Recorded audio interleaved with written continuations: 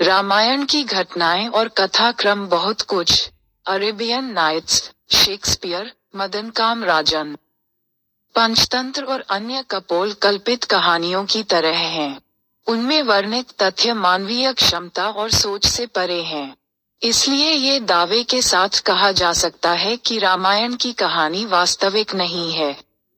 कोई कह सकता है कि देवताओं का देवत्व तथा उनकी शक्तियां केवल अजीबोगरीब बातों में प्रकट होती हैं।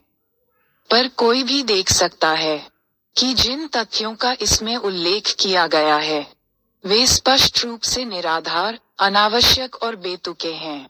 इसके अलावा जब हम सद्गुण, सुविचारित निर्णय, सज्जनता और शुभेच्छा जैसी बातों को व्यवहार में उतारते हैं, उस समय हम देखते हैं कि रामायण के तथाकथित नायक नायिकाओं के सारे व्यवहार एक औसत व्यक्ति के स्तर से नीचे गिर जाते हैं। इस बात पर जोर दिया जाता है कि कथा नायक राम को मानव भेष में स्वर्ग से अवतरित देवता के रूप में माना जाए, जबकि रामायण के लेखक वाल्मीकि राम को मनसा और कर्मणा एक दुष्ट, झूठा, धोखेबाज, फरेबी, धूर्त, निर्दयी, लालची, हत्यारा, शराबी, मांसभक्षी, लोगों को छिपकर मारने वाला, दुष्टों की संगति रखने वाला, पुरुषत्वहीन और न जाने किन किन अन्य रूपों में चित्रित करते हैं। ये साफ दिखाई देता है कि राम अथवा उसकी कहानी में कोई दैवी तत्व नहीं है। उसमें जो भी गुण हैं, वे औसत गुणों से भी काफी नीचे हैं।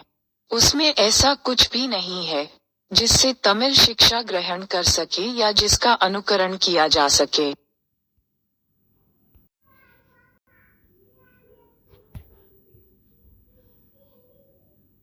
रामायण की कथा न तो धार्मिक है और न ही तर्क संगत। देवताओं ने चतुर्मुख ब्रह्मा से शिकायत की।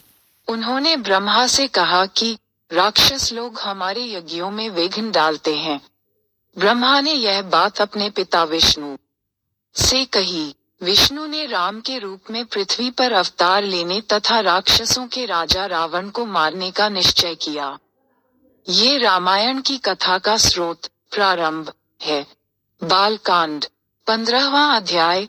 पृथ्वी पर अवतार धारण करने के पश्चात विष्णु को अनेक कष्ट और यातनाएं सहनी पड़ी।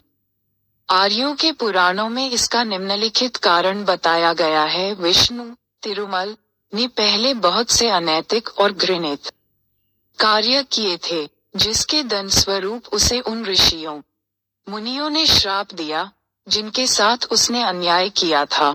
आखिर ऋषियों ने श्राप क्यों दिया?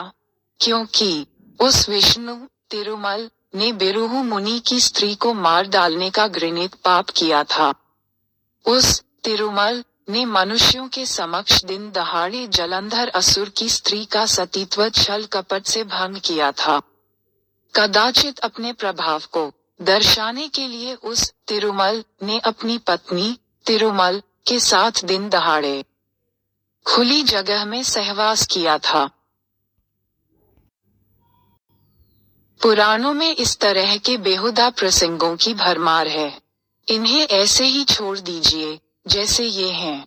विवेकवान मनुष्य की शोभा तो इसमें है कि वह पूछे कि ये देवता और असुर कौन है, राक्षस कौन है, बलि का क्या मतलब है।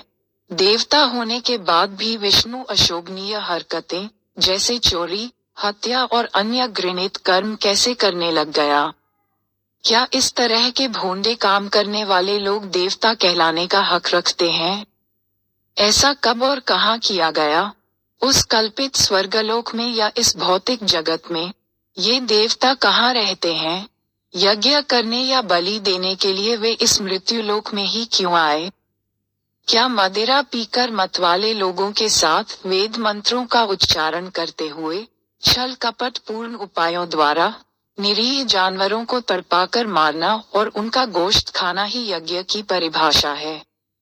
ये सब करने के बाद भी क्या ये कहा जा सकता है कि इससे ईश्वर खुश हुआ है और प्रसन्न होकर वह यज्ञ में शामिल देवताओं तथा यज्ञकर्ता मनुष्यों को देवलोक में स्थान देने के अलावा उन्हें सुख समृद्धि भी उपलब्ध कराएगा? क्या गूंगे जानवरों के प्रति की जाने वाली इस प्रकार की निर्दयता पर अंकुश लगाना पाप है?